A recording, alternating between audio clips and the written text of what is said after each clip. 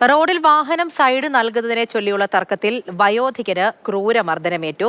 Kannur Azhikkal boat ചട്ടിക്ക് സമീപം റോഡിൽ വെച്ച് 2 യുവാക്കളാണ് ഇയാളെ മർദ്ദിച്ചത്.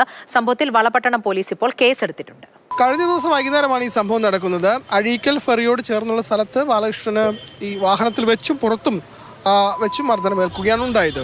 ഈ വാഹനത്തിന് സൈഡ് നൽകാത്തതുമായി ബന്ധപ്പെട്ടാണ് തർക്കമുണ്ടായത്. ഒരു വാഹനത്തിൽ യുവാക്കളും മറുവാഹനത്തിൽ ഈ ബാലകൃഷ്ണൻ എന്ന 77 വയസ്സുള്ള ആളുമാണ് ഉണ്ടായിരുന്നത്. അങ്ങനെ സൈഡ് കൊടുക്കുന്ന തർക്കം അത് മർദ്ദനത്തിലേക്ക് എത്തി.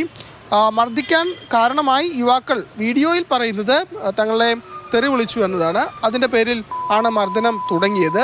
അതിക്രൂരമായ മർദ്ദനം ഏൽക്കേണ്ടി വന്നു. അതിനുശേഷം വാഹനവുമായി ഈ ബാലകൃഷ്ണൻ പോയി. പിന്നാലെ വാഹനവുമായി എത്തിയ യുവാക്കളാണ് നടു റോഡിൽ വെച്ച് വീണ്ടും ഈ ബാലകൃഷ്ണനെ മർദ്ദിച്ചത്.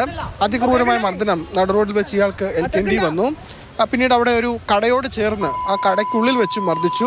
2 യുവാക്കളാണ് അതിക്രൂരമായി മർദ്ദിച്ചത്. അതിനുശേഷം ഇന്നലെ ബാലകൃഷ്ണൻ വളപട്ടണം പോലീസ് സ്റ്റേഷനിലെത്തി പരാതി നൽകുകയും ചെയ്തു. അതിൻ്റെ അടിസ്ഥാനത്തിലാണ് കണ്ടാലറിയാവുന്ന 3 പേർക്കെതിരെ വളപട്ടണം പോലീസ് കേസെടുത്ത് ഇപ്പോൾ പ്രതികളിൽ ചിലരെ വളപട്ടണം പോലീസ് കസ്റ്റഡിയിലെടുക്കുകയും ചെയ്തിട്ടുണ്ട്.